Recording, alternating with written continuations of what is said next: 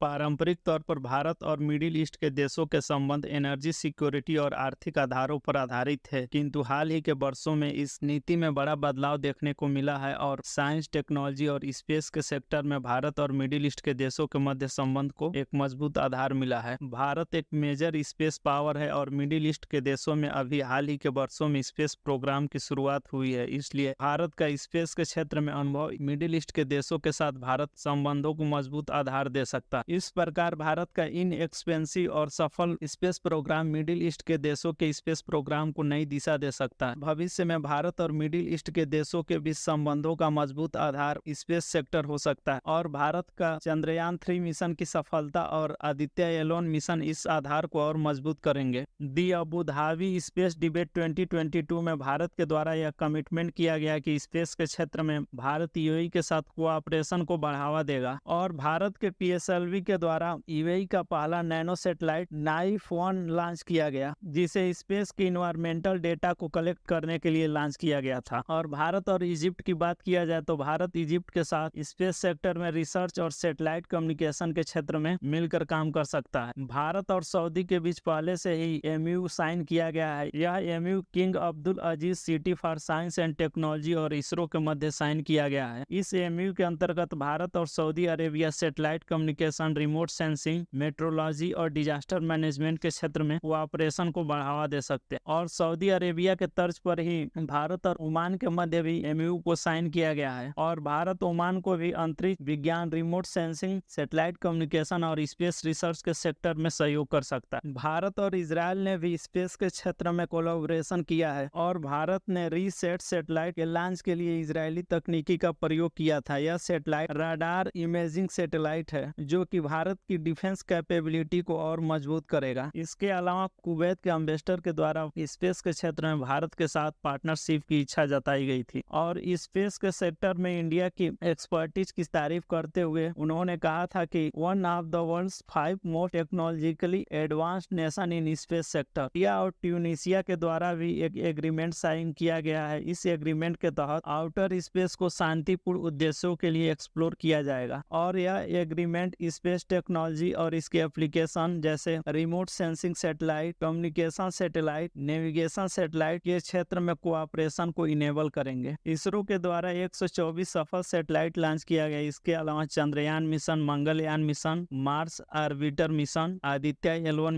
Mission से भारत एक major space power बनकर उभरा है और इस प्रकार स्पेस के सेक्टर में भारत की सफलता को देखते हुए भारत की एक्सपर्टीज का लाभ ये देश उठाना चाहते हैं। इस प्रकार भारत और मिडिल ईस्ट के देशों के मध्य स्पेस सेक्टर संबंधों को एक मजबूत आधार देने में महत्वपूर्ण भूमिका निभा सकता है। इसरो के कमर्शियल आर्म इन स्पेस सेक्टर के कमर्शियलाइजेशन को बढ़ावा देगा और भारत के प्राइवेट सेक्टर और इन देशों के प्राइवेट सेक्टर आपस में मिलकर ज्वाइंट वेंचर पर काम कर सकते हैं। इससे इसरो के आय में भी वृद्धि होगी और private sector weather pattern, weather forecasting और जियो स्पेशियल नेविगेशन के क्षेत्र में साझेदारी कर सकते। इस प्रकार इंडिया और मिडिल ईस्ट के देश मिलकर स्पेस सेक्टर की सप्लाई चेन में महत्वपूर्ण भूमिका निभा सकते हैं। Chennai based startup Chennai arrow space defence parts company ने यूएई के साथ एक डील साइन किया है। इस डील के तहत पेलोड निर्माण के लिए स्ट्रक्चरल कंपोनेंट की सप्लाई करेगा और रॉकेट के लिए सैटेलाइट केजिंग की सप्लाई करेगा। स्पेस सेक्टर का डिफेंस के क्षेत्र में बढ़ती हुई उपयोगिता को देखते हुए भारत, सऊदी अरेबिया और यूएई जैसे देशों के साथ मिलकर इंटेलिजेंस और सर्विलांस क्षमता को और मजबूत करने के लिए सैटेलाइट का निर्माण कर सकते हैं।